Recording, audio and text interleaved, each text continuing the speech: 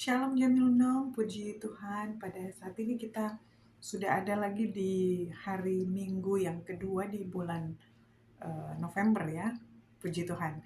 Dan ini sudah masa-masa di mana kita akan atau kita sementara melakukan perenungan untuk sepanjang tahun 2024 yang sudah dan hampir kita selesaikan ya. Ini adalah bulan ke-11 dan pas masuk ke bulan yang ke-12 biasanya kita sudah pikirannya sudah masuk ke tahun baru itu.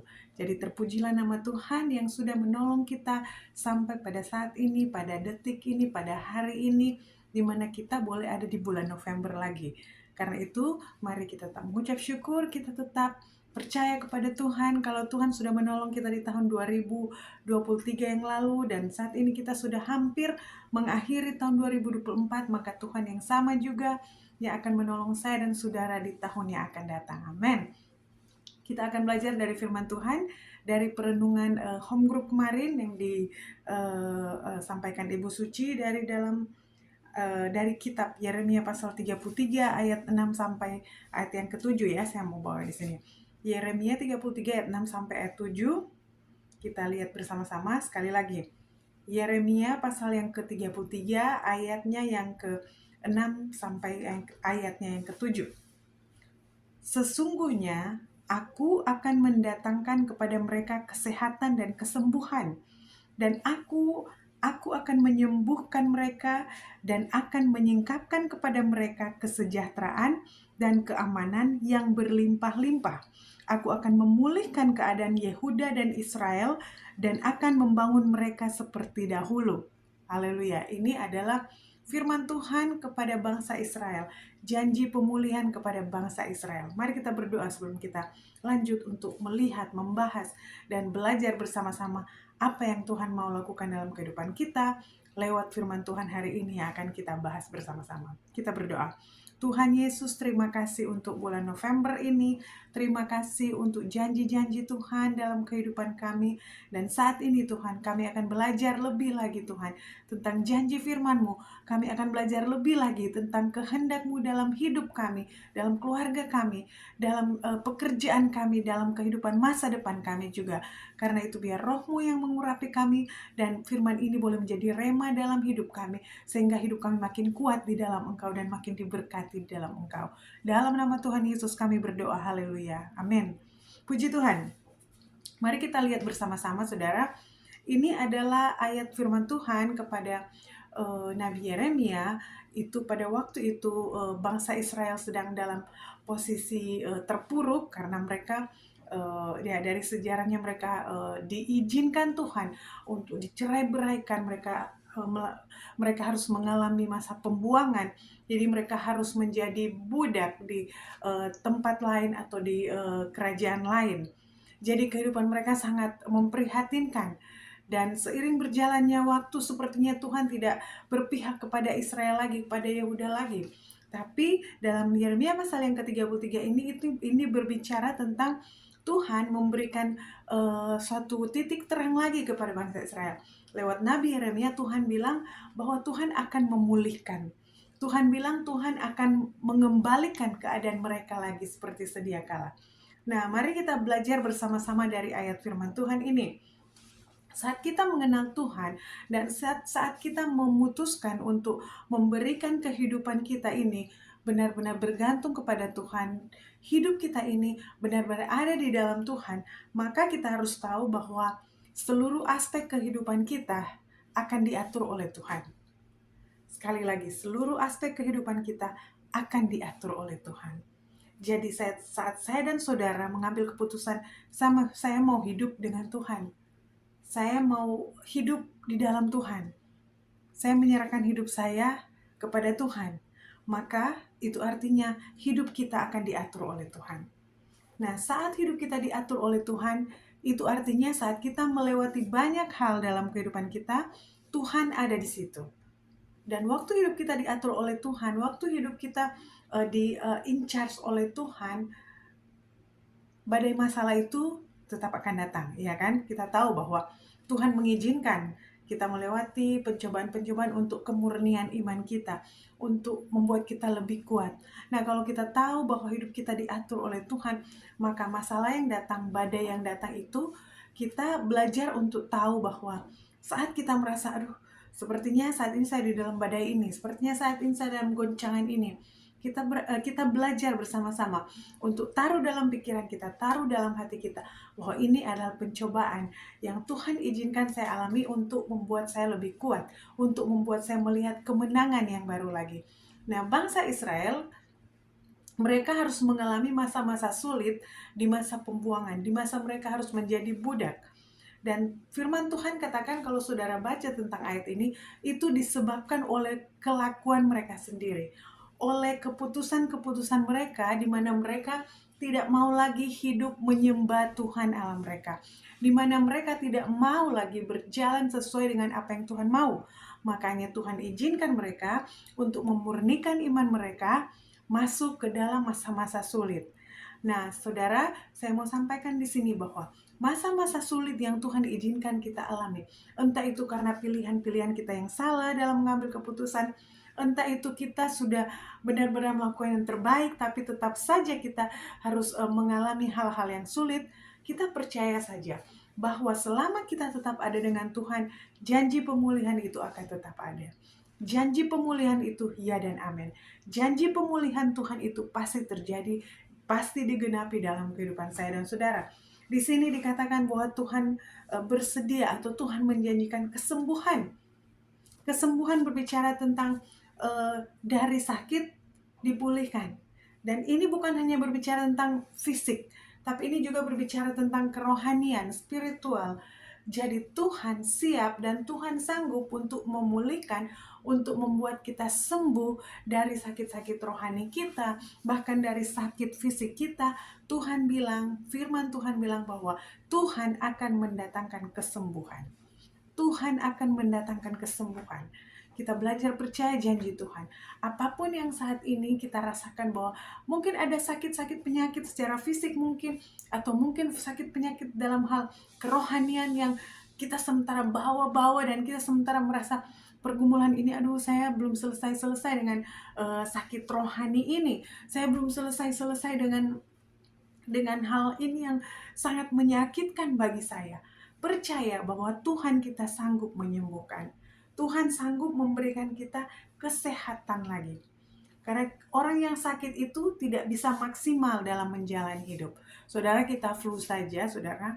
Flu itu penyakit yang mau dibilang parah sekali, bukan COVID ya, flu biasa aja ya. Mau dibilang parah sekali, enggak juga. Mau dibilang flu itu penyakit biasa, semua pasti setuju dengan saya kalau lagi flu itu nggak enak. Banyak orang katakan flu itu penyakit yang paling paling gampang lah diatasi. Tapi flu itu, orang yang kena flu itu pasti tidak enak rasanya.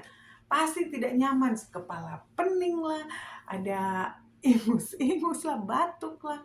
Nah, kalau kita cuma flu saja, maksud saya dengan hanya kita katakan flu saja, kita masih bisa bergerak, masih bisa beraktivitas, itu juga kita tidak bisa lakukan dengan maksimal. Apalagi kalau mungkin kita ada sakit lain yang sampai kita harus tidak bisa berbuat apa-apa, apalagi harus ditangani dokter secara khusus, masuk rumah sakit ya.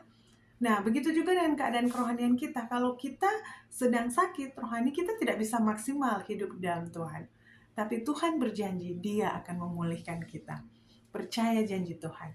Yang kedua dikatakan di sini, selain kesembuhan secara jasmani, kesembuhan secara rohani dalam hidup kita, Dia katakan bahwa kita akan diberikan kesejahteraan. Kita akan diberikan kesejahteraan. Saat kita dipulihkan, saat kita disembuhkan oleh Tuhan, saya tidak tahu sakit-sakit apa yang ada dengan, sampai saat ini saya belum ada laporan kalau Jam Yunlong ada yang punya penyakit serius ya secara fisik. Saya tidak tahu, dan kami berdoa dalam nama Yesus tidak ada. Tapi mungkin sakit rohani ya, ada hal-hal yang mungkin ya saya tidak tahu. Atau mungkin bukan saya dan saudara, mungkin ada anggota keluarga kita, ada orang-orang yang sementara kita doakan, mereka sedang mengalami sakit rohani, ada kepahitan lah, masih ada iri dengki, masih ada sakit hati, masih ada hal-hal suka ngomongin orang yang tidak benar, jadi netizen-netizen tidak jelas. Ini sakit-sakit rohani. Nah, kadang kalau sudah ada penyakit-penyakit rohani ini, kita malah ada banyak orang tidak sadar bahwa dia sedang sakit rohani. Dia sedang sakit, dia tidak sadar. Nah, kalau hari ini firman Tuhan saya sampaikan, dan kita merasa atau saudara merasa bahwa mungkin saya salah satunya, percaya Tuhan sanggup memulihkan. Tuhan sanggup menyembuhkan. Karena kita tidak akan maksimal melayani Tuhan, menjalani hidup kita di dalam Tuhan kalau kita masih sakit secara rohani. Tidak akan pernah maksimal. Itu akan bolak-balik begitu terus, begitu terus, begitu terus. Tuhan sanggup memulihkan. Yang penting jangan keluar dari jalur Tuhan. Kedua, dikatakan dia berikan kesejahteraan. Kalau kita sudah sehat, maka kita akan sejahtera. Kita akan berkecukupan. Orang yang cukup tidak akan saya pakai contoh mungkin anak saya saja. Kalau dia sudah cukup merasa, misalnya makan, dia sudah cukup, sudah kenyang, walaupun mau dipaksa lagi, ini enak, ini sudah cukup. Orang yang sudah cukup itu tidak akan mudah tergiur dengan hal-hal lain walaupun kelihatan indah. Orang yang sudah cukup kehidupannya di dalam Tuhan, Yesus, engkau cukup bagi saya. Tuhan, engkau cukup bagi saya. Christ is enough. Tuhan, engkau cukup bagi saya. Kristus itu cukup bagi saya. Maka kita tidak akan tergoda, kita tidak akan terpancing untuk mau coba-coba yang lain. Kalau kita sudah berkecukupan, itu artinya kita sejahtera. Saat kita dipulihkan, kita disembuhkan, ada kesejahteraan yang Tuhan kasih. Kita akan merasa sejahtera. Kita akan merasa cukup. Ada sukacita. Orang yang sejahtera itu selalu penuh sukacita. Kalau orang suka mengeluh terus, apa-apa mengeluh, aduh nanti tidak cukup, baru terima gaji, kirim sana, kirim sini. Padahal saya bingung, selama bertahun-tahun kerja di Hong Kong, setiap yang keluar dari kata-kata selalu tidak cukup. Saudara kalau mau bilang juga, mungkin tidak ada ya yang berani katakan, saya sudah berkelimpahan, tidak perlu apa-apa lagi, tidak ada ya. Tapi rada aneh kalau kita selalu yang keluar kita tidak cukup, itu tidak sejahtera artinya. Mungkin perlu dipulihkan, perlu disembuhkan dulu. Tuhan pasti bisa. Tuhan sanggup untuk menyembuhkan. Tuhan sanggup untuk memberikan kesejahteraan bagi kita. Saat kita dipulihkan, saat kita disembuhkan, kita akan merasa sejahtera. Ada sukacita. Walaupun mungkin, saya tidak tahu nih, tiba-tiba ada kebutuhan yang baru, ada harus beli ini, beli itu, atau mungkin, saya tidak tahu, terakhir kemarin saya masih kuat. Kenapa ya? Beberapa bulan ini saya sudah sering capek begitu ya. Mungkin kita tidak pernah, tetapi kita punya iman di dalam Tuhan. Tuhan sanggup memberikan saya kesembuhan dan memberikan saya kesehatan ya. Kalau saudara baca, kesehatan dan kesejahteraan. Amin. Yang terakhir di sini dikatakan bahwa dia akan berikan kita keamanan yang berlimpah-limpah. Dikatakan di sini bahwa kepada mereka keamanan yang berlimpah-limpah. Merasa aman. Tuhan kasih rasa aman di hidup kita. Saat kita dipulihkan, Tuhan kasih rasa aman. Badai yang ada sekarang ini, kalau kita mungkin mulai merasa bahwa ini sudah tidak mungkin, kayak sepertinya saya akan kehilangan semuanya, sepertinya semuanya akan hancur. Percaya bahwa Tuhan ada dengan kita untuk memberikan kita pemulihan, memberikan kita total kesejahteraan, memberikan kita pemulihan seutuhnya dalam hidup kita. Keamanan. Saudara, banyak orang yang memiliki segalanya tapi tidak merasa aman. Banyak orang yang sudah pelayanan bertahun-tahun, ikut Tuhan bertahun-tahun, tetap saja merasa tidak aman. Merasa, saya masih kurang berdoa. Jadi mau cari-cari Tuhan yang lain. Tidak merasa aman. Keamanan itu penting, saudara. Kalau kita tidak merasa aman, di mana-mana kita tidak akan pernah fokus, saudara. Di mana-mana kita bawaannya khawatir terus, curiga terus. Kita belajar bersama-sama bahwa janji Tuhan ini berlaku untuk saya dan saudara. Apapun yang saya dan saudara hadapi saat ini, mungkin di tengah badai, merasa tidak mungkin ada pemulihan. Kalau Tuhan bicara pada hari ini lewat firman Tuhannya, dia akan memulihkan, maka Tuhan pasti memulihkan. Tidak ada badai yang tidak ada akhirnya. Selalu ada pelangi sehabis hujan. Amin. Apa yang sama ini kita gumuli bersama-sama, mungkin ya di keluarga, keuangan, apapun itu, percaya saja bahwa itu pasti akan berakhir dengan kemenangan. Tuhan pasti akan memulihkan. Dikatakan di sini ada ayat yang ketujuh, aku akan memulihkan, dia katakan seperti waktu dahulu. Tuhan akan kembalikan seperti waktu dahulu. Jadi kita tidak akan pernah kehilangan yang terbaik. Semua yang hilang akan dikembalikan dengan pemulihan yang luar biasa kalau kita mau tetap di dalam Tuhan. Haleluya. Saya percaya kita semua mau dibangun dengan hal ini. Kita mau menyambut tahun 2025 dengan penuh pengharapan, dengan penuh kemenangan, percaya janji pemulihan Tuhan akan terjadi di hidup saya dan saudara, di keluarga kita, di pekerjaan kita, kepada orang-orang yang kita kasihi, orang tua, suami, istri, anak-anak, cucu, generasi di bawah kita diberkati oleh Tuhan. Tuhan Yesus memberkati.